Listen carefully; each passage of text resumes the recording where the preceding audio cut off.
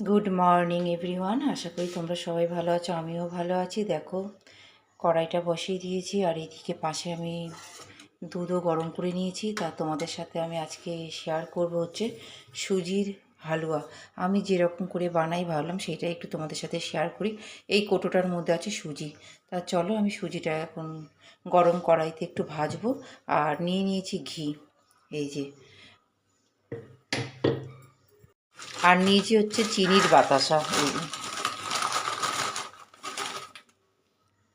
এগুলি চিনির বাতাসা। তা চলো আমি সুজিটা ভেজে নিই। প্রথমে শুকনো, মানে কোনো ঘি দিইনি, কড়াই গরম অবস্থাতেই আমি আমার সুজিটা দিয়ে দিলাম। যে যেরকম সুজি, যার যেরকম প্রয়োজন সে ততটাই সুজি দেবে। আমি সুজির কোনো মাপ নিলাম না, মাপ ছাড়াই সুজিটা নিলাম। আর সুজি ভাজতে ভাজতেই আমি বলছি, আমি কিন্তু কাজু কিশমিশ আমন্ড কোনো কিছুই দিচ্ছি না, প্লেন প্লেন আমি এক সুজির হালুয়া বানাবো। তোমরা এগুলি দিতে পারো, আমি দিচ্ছি না, আর আমার কাছে নেইও। আর দিলেও কেউ খায় না, ফেলে দেবে, সেই খেতে হবে আমার, সেই জন্য আমি এগুলি দিচ্ছি না। তোমরা দিয়ে খাবে, দেখবে তোমাদের ভালো লাগবে। কাজু কিশমিশ ছাড়াও যে সুজি যে ভালো করা যায়, সুজির হালুয়াটা সুন্দর হয়, সেটাই আমি তোমাদের সাথে শেয়ার করছি। তাই একটু এটা লাল লাল করে একটু ভেজে নিতে হবে ভালো করে। একদম ঘরোয়া পদ্ধতিতে নিজের মতন করে আমি করছি।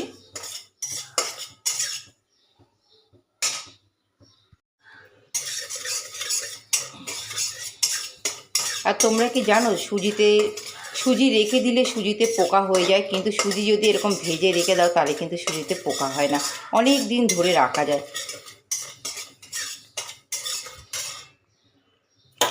এবার দিয়ে দেবো আমি ঘি। এই যে, এবার আমি দিয়ে দেবো ঘি।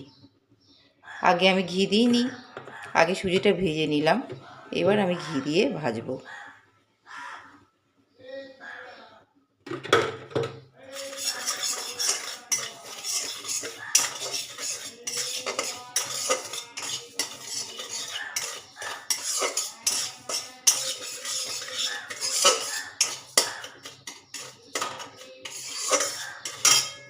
আর এইদিকে গরম দুধের মধ্যে আমি একটু বাতাসাটা ডুবিয়ে নিলাম যাতে এটা গলে যায়। কেননা সুজিতে দুধটা দিলেই সঙ্গে সঙ্গে সুজিটা হয়ে যায়। সুজিটা হতে বেশিক্ষণ টাইম লাগে না, খুবই ভালো লাগে এরকম, মানে চট জলদি তাড়াতাড়ি একটা খাবার হয়ে যায়।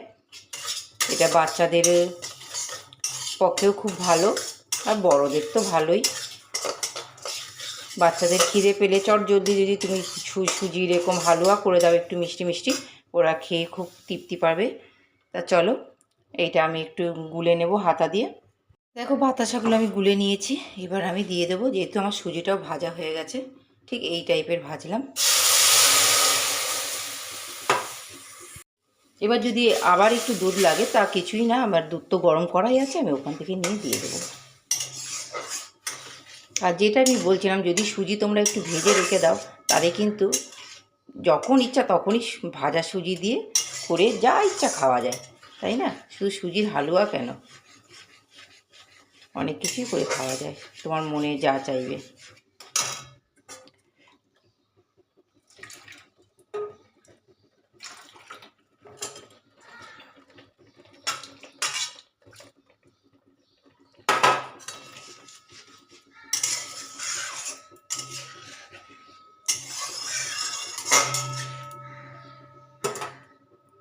তাই এবার আমি ফুটতে দেবো, একটু ফুটুক।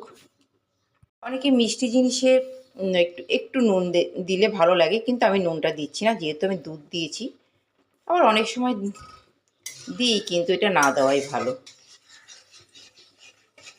দুধের সাথে নুনটা খেলে কি হয়, গ্যাস অম্বলের প্রবলেম হয় একটু।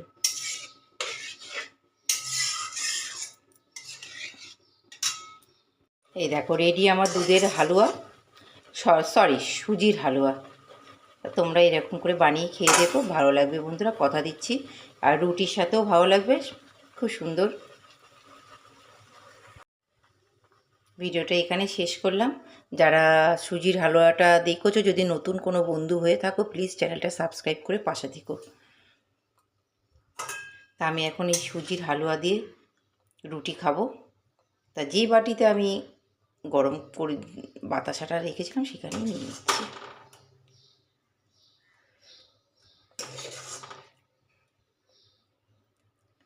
হয়ে যাবে, আমাদের অল্পতেই হয়ে যায়।